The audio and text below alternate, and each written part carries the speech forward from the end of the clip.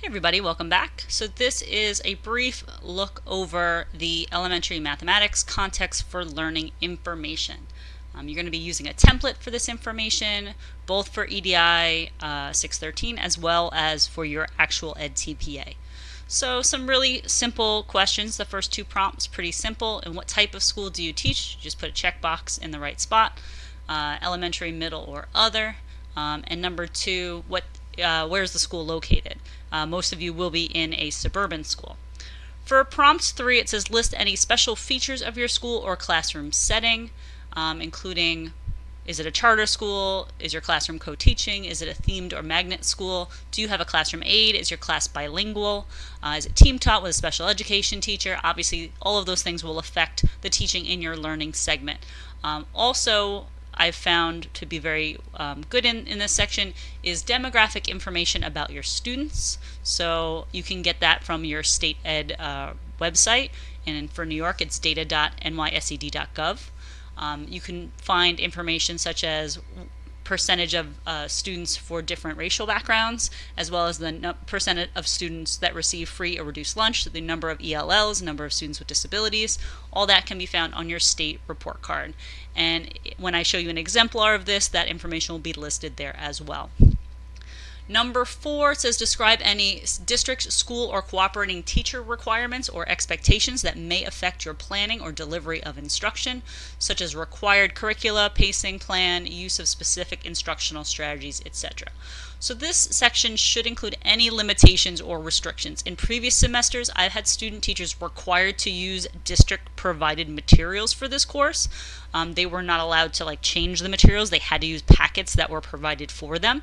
You would include something like that here. Additionally, any information possibly about how your curriculum was developed. Was it based on a textbook? Was it created by the staff at that building? Was it adopted by another program that they used?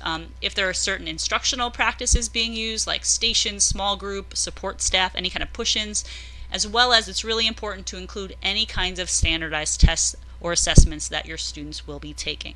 So if they take NWEAs at the beginning of the year, if they take them 3 times a year, if they take an iReady exam, if they take a state exam, if they're grades 3 through 8, they would take a math state exam if we're talking about New York. Be sure to include that, but don't necessarily include New York because your EdTPA should be kind of anonymous. So it shouldn't list a Regents exam specifically or like a New York State exam by name. Moving on to the next set of prompts about the class featured, really how much time is devoted each day to math. A really brief response here would be fine, 40 minutes, 50 minutes, an hour, a class period, 40 minutes. Is there any ability, grouping, or tracking in math? If so, please describe how it affects your class. So do students receive different instruction based on levels? What were the levels based on? Was it a test that they had to take? Did they have to qualify for a gifted program? Or if their scores were too low on a state assessment, did they receive additional support? Describe how that looks like in your class. When I taught elementary school, I had students that got pulled out for AIS services. So that is something you want to mention here. List number 3, just list any required information. So it's textbook, and if you're using a textbook or an instructional program, you need to have the title, the publisher, and the date of publication. So make sure that you get that from your cooperating teacher or pick up the book yourself and pull that information out. Number 4, list any resources, manipulatives, online resources, electronic whiteboards, whatever you may use most frequently for your class. Smartboard is a brand, so make sure you write it that way. That's capital SMART and then board. Any types of calculators that you use, if you use a TI-84, if you use a smaller type calculator, a general scientific calculator, or any devices used or provided by your school. And that should include manipulatives or maybe a set of them if your school or classroom uses them, and any commonly used online resources or games that they use often. Moving on to the back page. Again, this document, I believe the requirement is 4 pages, so be sure you maintain 4 pages for this particular context for learning. Next one is grade level, very simple question, number of students in the class, and then broken down by gender. And then you have to complete this chart, again, talking about specific supports, accommodations, and modifications that will affect math instruction. So not necessarily reading, but math instruction. For our class, for EDI 613 at LIU, all classes will not necessarily have a class with all of the special learning needs listed below. But for the purpose of EdTPA, again, I would recommend this for EdTPA, but also most specifically for this class, it is important to show that you know how to support the various learners that you will be seeing in your future classes. So you must have at least one student in each of the following categories. Again, I highly recommend doing this even for EdTPA. Again, you're showing the EdTPA evaluators, I know how to adapt my instruction for a plethora of students with special learning needs. So for example, an IEP or 504. As a special ed teacher, I can tell you that learning disability is a majority of my students that have special needs. About 34% of students, if they're classified as a student with a disability, they have a learning disability.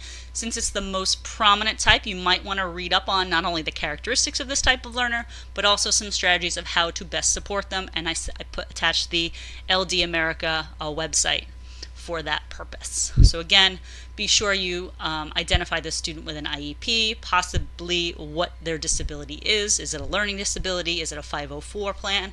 The number of students, and then specifically what accommodations or modifications you will be including in for those students.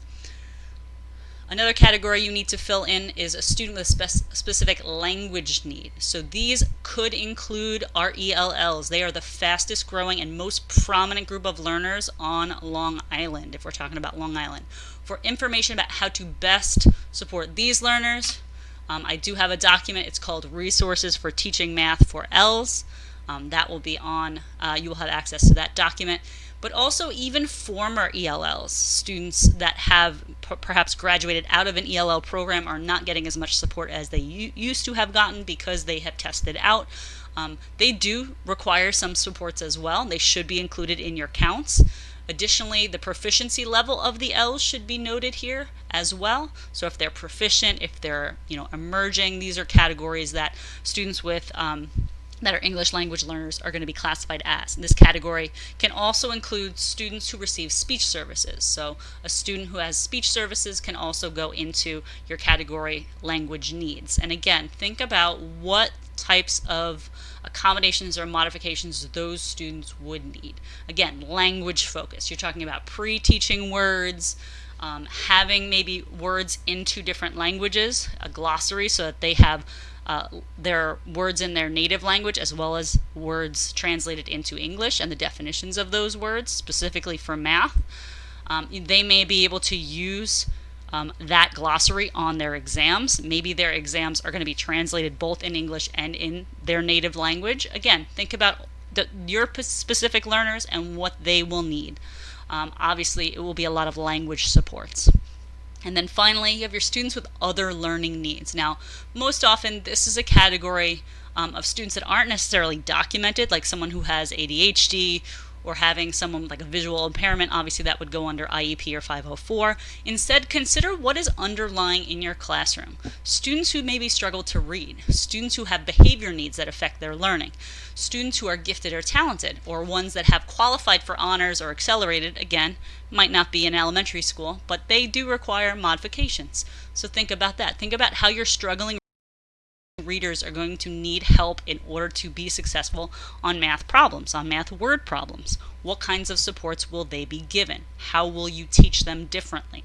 Think about your gifted and talented students as well. They should not be getting more work. They should be getting different work. Work that allows them to very quickly, maybe you assess them in a formative assessment, and then very quickly they move to maybe another page of tasks, of questions that are already harder. They don't have to go through the easy ones and do 10 of the easy ones and then do the harder ones. We do not want to give them extra work. We want to give them different work. And again, that shows your ability to differentiate and accommodate students with various learning needs. That is the end of the context for learning.